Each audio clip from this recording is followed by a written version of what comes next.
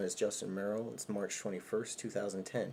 I want to discuss something I've been seeing in the news, both in mainstream alternative media, blogs, forums, all over, about people getting statements from their banks saying that there is going to be a 7-day withholding period from when they can withdraw from their accounts. Now, my first reaction was along the lines similar to what everyone else is reporting, that, oh, those fat cat bankers are screwing us over again. We bailed them out and this is how they treat us. Well, I went and did some research and found that, well, yes, it is true that the banks are instating this rule, although they say that they don't practice it. The other side of the story that isn't being reported or discussed is that this is not a new regulation. It's a reinstatement of an old regulation. Now let me go into detail, but before I go further into detail, we need to discuss some of the terminology so that this can all make more sense. Now, the Federal Reserve regulates the different kinds of accounts and the reserve requirements for each of those accounts. And they have a manual called the Q&R manual, which it defines the different kinds of accounts. Now I'll do some explaining. There's four different criteria, major criteria for accounts. There's transaction accounts and non-transaction accounts. A transaction account is like something that you can write unlimited amounts of checks from, and a non-transaction account would be like a savings account or a certificate of deposit or money market fund, something where you are not writing checks from that account, or there are limits on how many checkable transactions you can make. For example, in a traditional savings account, you can write 6 checkable transactions in a month. So you have transaction accounts and non-transaction accounts, and you have time deposits and demand deposits. Demand deposits are a typical checking account. You can request your funds to be withdrawn, and there should be no delay on the receiving of the funds. And if there is a delay, it must be less than 7 days, and it has to be within your contract with the bank.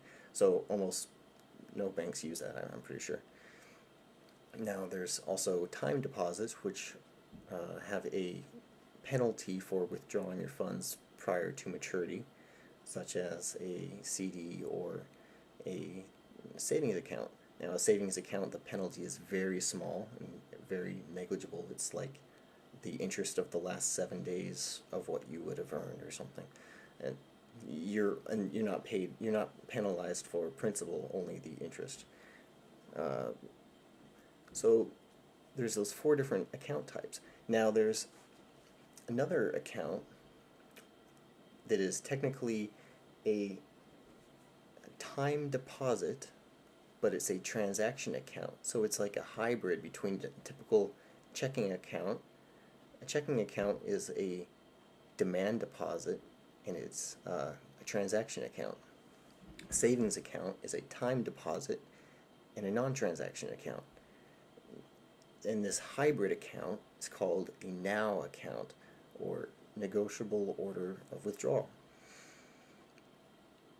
And the characteristics of a NOW account are that it is a transaction account. You can write checks from it, and it's also technically a time account.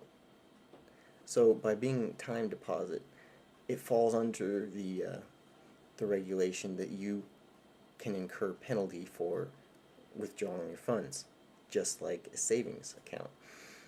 So by definition of the Federal Reserve Q&D manual, a checking account is non-interest bearing.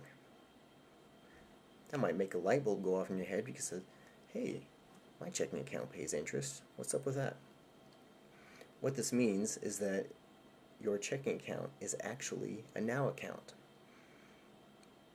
and it's for a convenience of the customer, you, because you want interest on your account, and you also want to be able to write checks. So this hybrid account, which is called the NOW account, negotiable order withdrawal, is an account that has, in a way, the best of both worlds, with the stipulation that is technically a time deposit. Now, some of the characteristics of a NOW account, as I've already discussed, are that they have no maturity date, unlike a certificate of deposit. Banks must reserve the right to require at least 7 days prior written notice of intent to withdraw or transfer funds. Sound familiar?